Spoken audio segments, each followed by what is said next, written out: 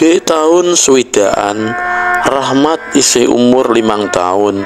Ing taun-taun iku isih ana gangguan keamanan kang ditimbulake dening gerombolan Darul Islam Tentara Islam Indonesia utawa DITII. Bapake Rahmat sakeluarga sing asal Garut banjur boro mengetan parane. Dheweke banjur mutusake manggon ing Sukorejo, Kendal.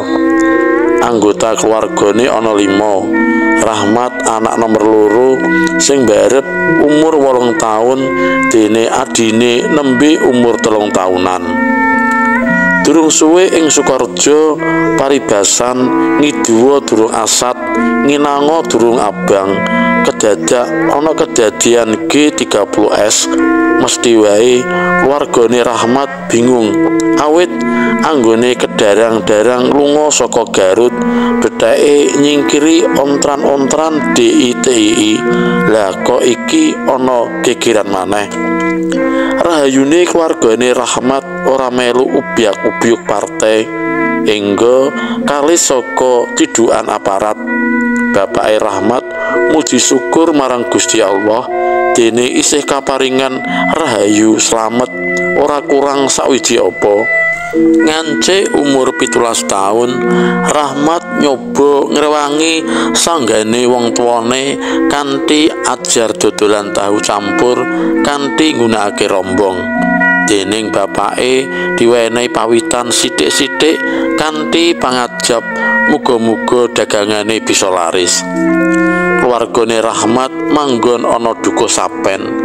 Miturut ujaring kondo biyene ing pedukuhan kono akeh warga kang padha ngingu sapi, mulane banjur karan sapeh. Senajan dheweke wong naneka, nanging sithik-sithik ya sok maca buku sejarah barang, isih ditambahi critane wong tuane kedadian-kedadian sabubare kamardikan. Wiwit geger londo kang bonceng sekutu nedya ngebroki Indonesia maneh nganti pradondi timbuli pemberontakan ing daerah-daerah. Jari bapake Rahmat, biyen tentara Siliwangi hijrah menyang kantong-kantong Republik ninggalake markase ing Jawa Kulon.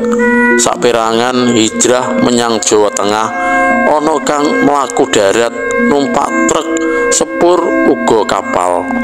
Mesti wae lakone tentara Siliwangi rekoso banget, gek isih ditambah ora mung para prajurit tok sing boyongan, nanging uga ngajak keluargane. Ning dalan kadang oleh serbuan saka tentara Londo, uga para gerombolan pengaco keamanan. Apa maneh di taun 50-an tekan widaan, racake gerombolan DI oleh pambiyantu wujud bahan pangan saka warga ing padesan, merga ana sing kabidhuk karo perjuangane. Suwe-suwe bareng pakartine kejoderan merga kepengin ngedekake negara Islam Indonesia.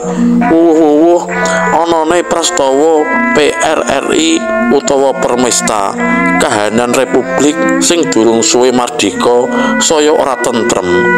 Mula saka iguh pratekele Kolonel Ibrahim Aji, Panglima Divisi Siliwangi wektu iku, ing tlatah Jawa Kulon banjur dianakake operasi Pagar Betis, cekakan saka operasi Pasukan Gabungan Rakyat Berantas Tentara Islam.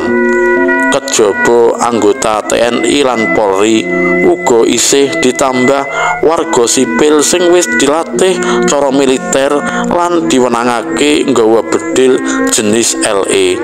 Malah di tanggal 20 Januari 1948 rombongan tentara Siliwangi sing nembe mulih menyang Jawa Kulon diserang dening gerombolan DITII kanthi pawadan dikira tentara sing katut ing pemberontakan PKI Madiun. kecampuhe gerombolan DITI karo Tentara Siliwangi sing dipimpin dening Sadikin iki ana ing Antralina sacedhake Malangbong Garut. Peperangan iki banjur katelah prastawa Antralina. Durung kanthi anane gangguan dening DITI ing tlatah Tegal lan Brebes, pungkasane gerombolan DITI kasil ditumpes sawise Kompi C Batalyon 328 Kujang 2 Siliwangi kang dipandhegani Letnan 2 Suhanda nemokake susuwe DITI ing tlatah Gunung Geber Rakutak tanggal 4 Juni 1922. Pentolane DITI sing lagi nandhang loro Kartosuwirya kasil ditangkep. Kartosuwirya wekasane diukum mati tanggal 12 September 1922. Iku sacuwil catetan sejarah kang ditampa Rahmat saka bapake. Isih akeh maneh tunggale prastawa-prastawa kang magepokan anane gangguan katentreman lan gangguan keamanan kang tundhone ngedu kumbo antarane kelompok siji lan sijine. Republik kang isih muda kaancam trah. Kamangka ing taun 50-an sawise ana peraturan pemerintah nomor 26 tahun 1951 bab lambang negara, kejaba kuwi uga ana lelagon kawentar kang asesirah Bhinneka Tunggal Ika. Nadyan wektu semono lagu iku kawentar ewondene bangsane dhewe durung bisa nyawiji, malah anggone nyawiji mung mligi kanggo golongane dhewe.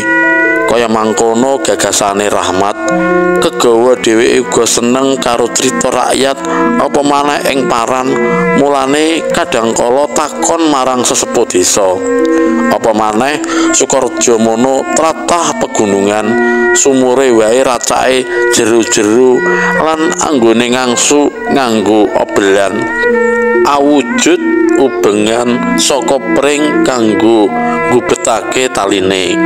Dene timbane digawe saka blek tilas wadah lenga utawa roti kang gedhe, ing dhuwure ditambahi kayu dipaku oleh blege kanggo naleni taline.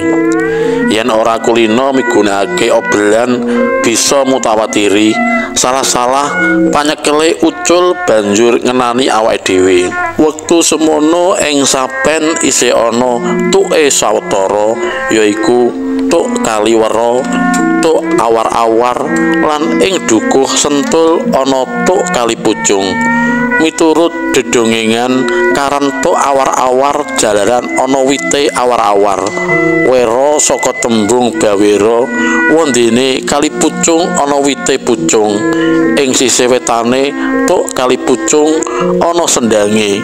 Miturut gothèking ngakeh biyen-biyene diupakara dening Ki Krama Sendang. Kidul Ratan Gedhe Sukorejo Parakan pernahe ing sakulone kali ana kuburan jenenge Kuburan Butuh. Makam mau isih dikanggokake tekan sprene lan dijenengi Sasana Loyo Sukorejo. Rahmat anggone idir dagangan saka omahe ajeg arah Mangetan. Mula mesti ngliwati Kuburan Butuh. Sedina-dina ora menangi kedadian-kedadian aneh anggone dodolan ajeg wiwit jam 1 awan tekan jam 10 wengi. Racake jam 11 bengi wis tekan ngomah maneh. Nuju sawijining wengi ngepasi ana tontonan wayang ing liya desa kaya adat saben.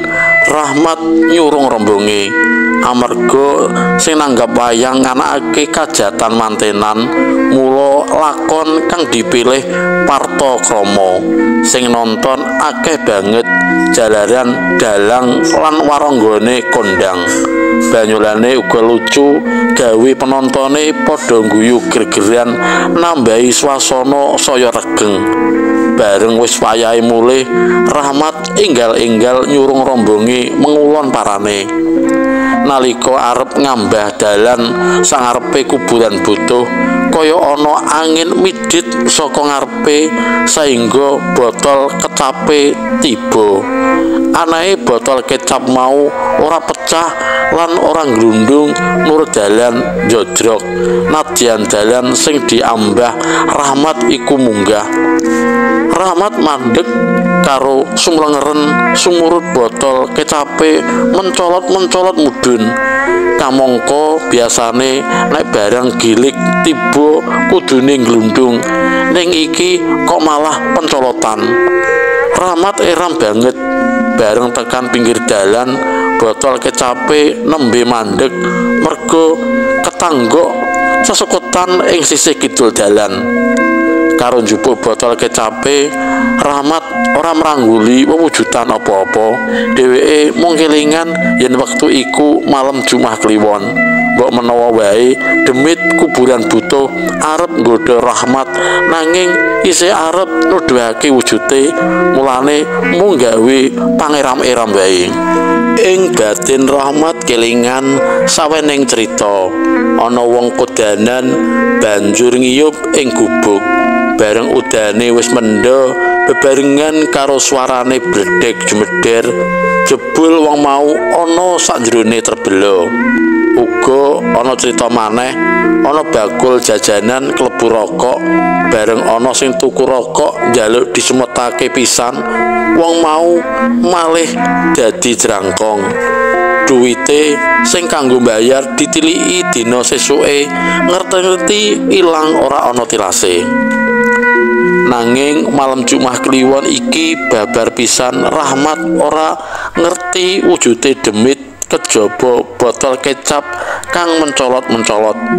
Kedadian rada ngguyukake uga ana, yaiku sarombongan nom-noman rekane arep adus ana ing tuk cacah 7 ing tlatah Sukorejo. Para nom-noman mau budal ampir-ampiran saka omahe dhewe-dhewe watara jam 11 bengi. Tuk sing dijujuk dhisik yaiku Kali Butuh, banjur kali ing desa Kebumen, terus saya ngulon arep tumuju menyang kali ing desa Damarjati lan dusun Gepor Mulyasari. Jenenge tuk mau antara liya Si Guwa, Si Beruk, Si Dandang, Merti lan Sindon. Dene tuk 7 kang dipilih ya ora mesti padha ing wengi siji lan wengi candhake, gumantung karo karepe para kanoman mau. Kira-kira jam 1:30 wengi, para kanoman mau weruh geni sakbal gedene mumbul mendhuwur saka sawijining kebon kosong. Salah siji nom-noman mau banjur nggiwar melayu sipat kuping ulon parane, jalaran geni mau banjur ambyar dadi kaya konang sak pirang-pirang. Sing dadi tetuwane rombongan enggal mengoki supaya mandeg lan obo marang kancane supaya goleki. Sawise ketemu banjur kanthi bebarengan tumuju menyang panggonan asale geni mau. Jebul tilas obong-obongan lan dapuran pring, merga isih ana genine banjur munggah ketiup angin, usanane ambyar kaya konang kang cacahe akeh. Bareng ngerti yen dudu setan upawa banaspati, banjur nerusake anggone adus nganti ganep 7 tuk. Yen kelingan kedadian iku, Rahmat sok ngleges dhewe.